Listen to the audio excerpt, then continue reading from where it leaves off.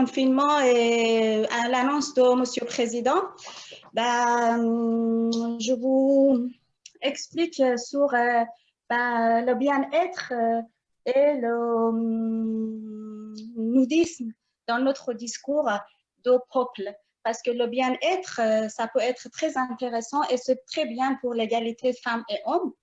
Donc, je vous propose des ateliers et qu'on a commencé à parler avec les autres ministres, que le président il a confirmé les ateliers dans les différentes librairies.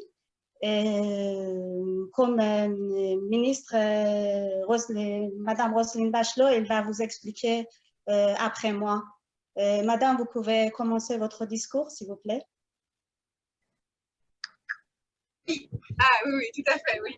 Alors, nous, ce qu'on a pensé au niveau des programmes, c'est surtout au niveau des librairies, enfin, partout en fait, ce qu'on s'est dit, c'est qu'on allait être tous tout nus après le confinement, parce que ce serait génial de créer un aspect un peu plus humain avec du contact, beaucoup de contact, de la chair, beaucoup de chair. Voilà, on pense que c'est une très très très bonne initiative. Qu'est-ce que vous en pensez, monsieur Bongou? Oui, alors bon, effectivement, moi, en guise de ministre de la Santé, je suis favorable à ce que l'ensemble de la masse corporelle puisse prendre le soleil. Je parle sous couvert de notre président, bien évidemment, puisque bon, c'est quand même lui qui est garant du bien fondé de la démarche.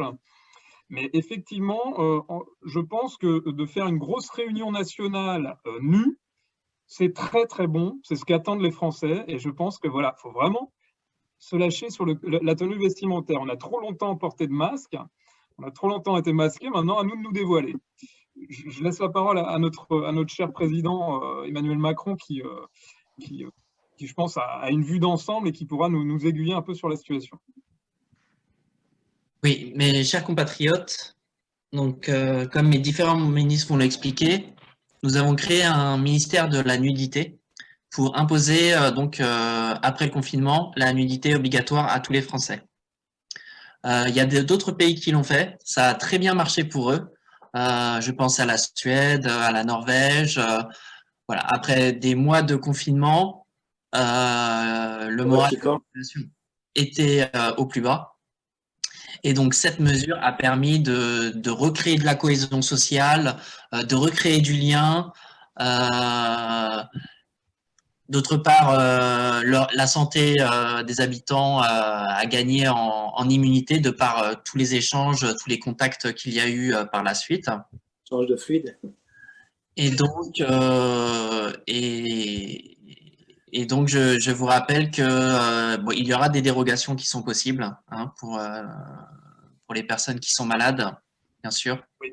Alors, effectivement, je me permets de vous interrompre, Monsieur le Président. On a eu le cas en Norvège, Norvège, pays froid, de certains impacts sur le corps humain. Donc, ça a provoqué chez certaines personnes du sexe masculin, effectivement, quelque chose qui était très visible. Alors, on a eu des personnes qui l'ont mal vécu. Féminin, il y a eu aussi des cas de petits problèmes au niveau des parties mammaires. Oui. Petite irritation à cause du froid, c'est beau. Il faut faire attention. Alors là, effectivement, la ministre du bon goût pourrait un petit peu nous donner quelques recommandations pour cette période de nudité absolue. Donc, je laisse la place à la ministre du bon goût qui saura nous conseiller sur les petits trucs et astuces pour pouvoir évoluer de manière charmante. On peut garder, comme vous avez dit, notre cher ministre, on peut garder pour le bien-être de notre santé mentale notre masque et la nudité, parce que ça peut être plus intéressant de parler avec tous les membres de notre corps, pas forcément avec la bouche. Par exemple, on peut parler avec les membres inférieurs de notre corps parce que ça peut être bien pour la santé mentale et bien-être après tous les frustrations qui existaient pendant le confinement.